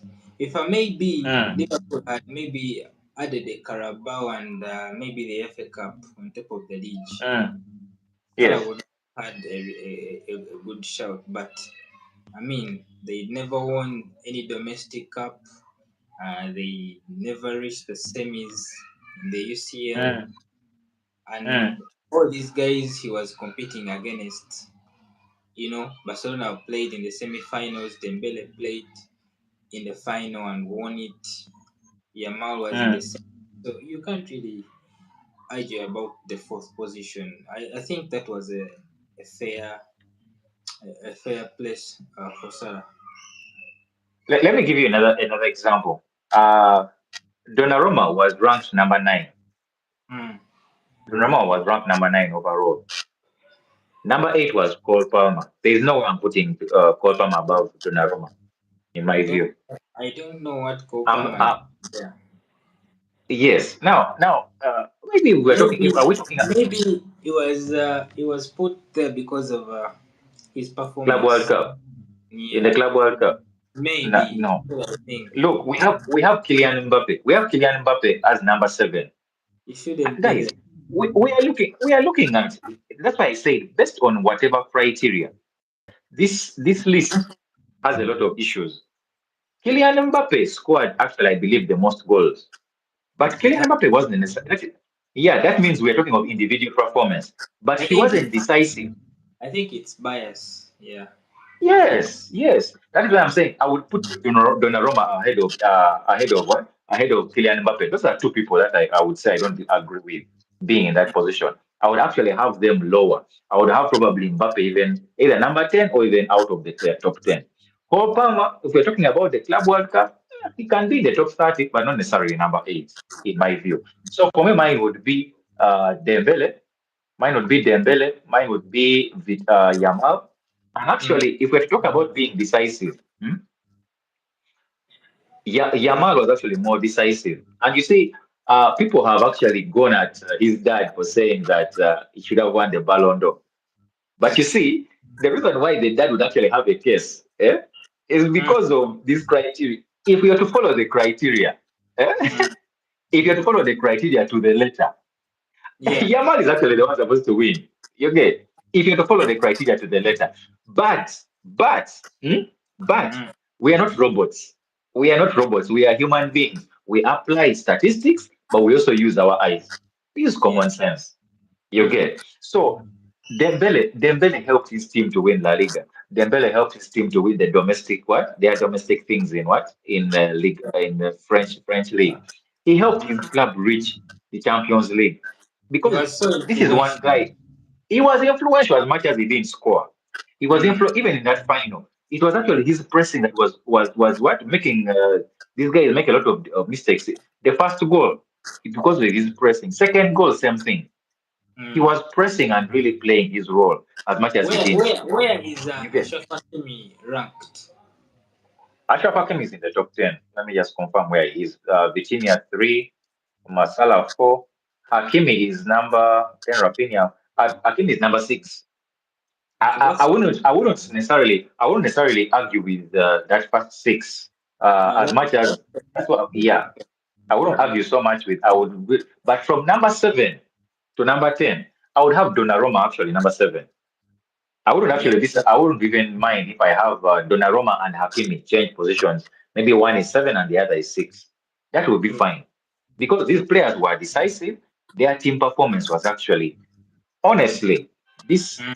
this top 10 should be filled with, it should be the way it is, but more of what? Of PSG players because these players were so influential, especially that midfield. You get it? So for Mm. me, I disagree with the order of how the players were stacked in there.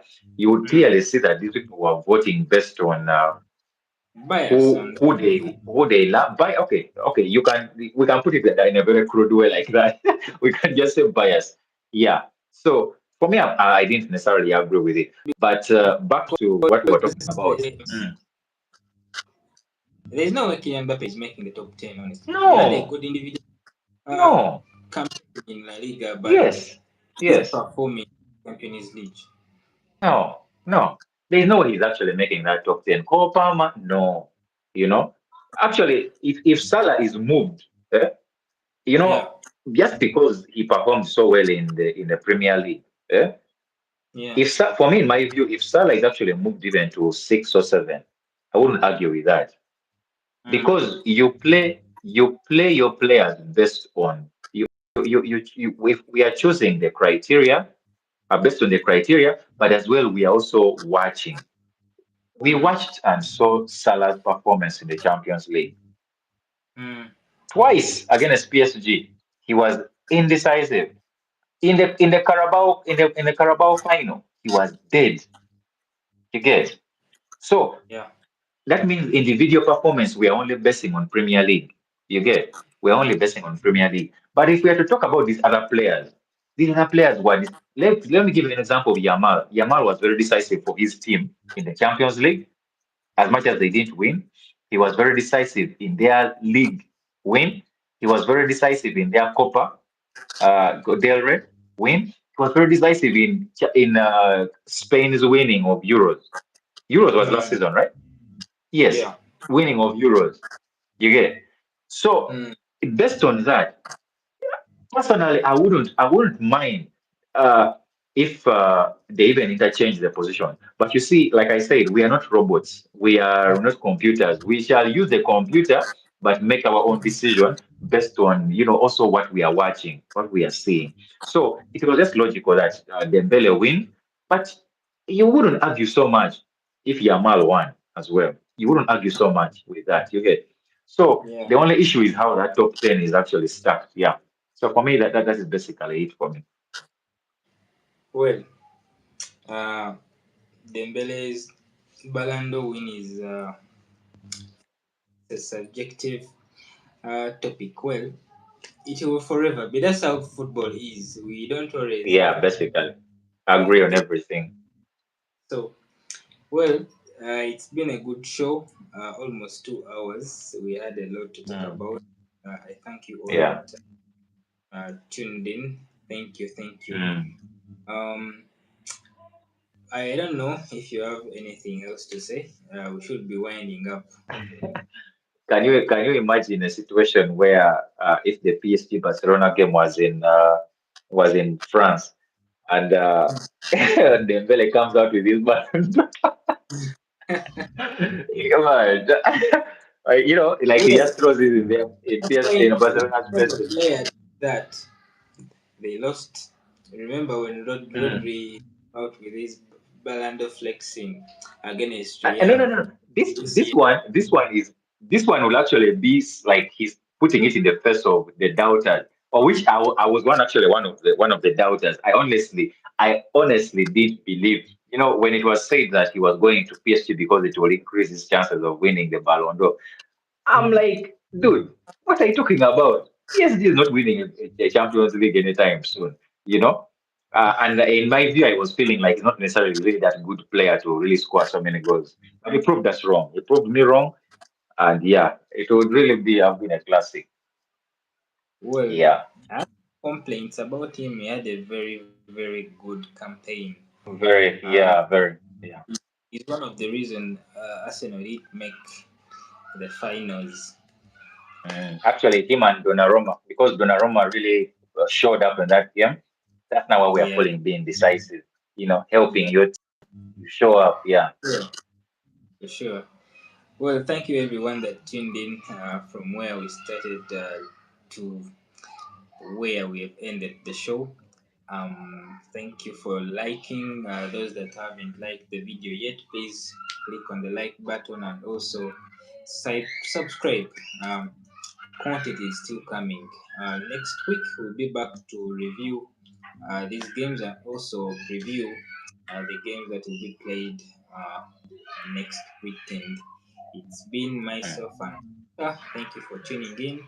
Have a great evening. See you on the next video. Peace. Ciao. All right. See you.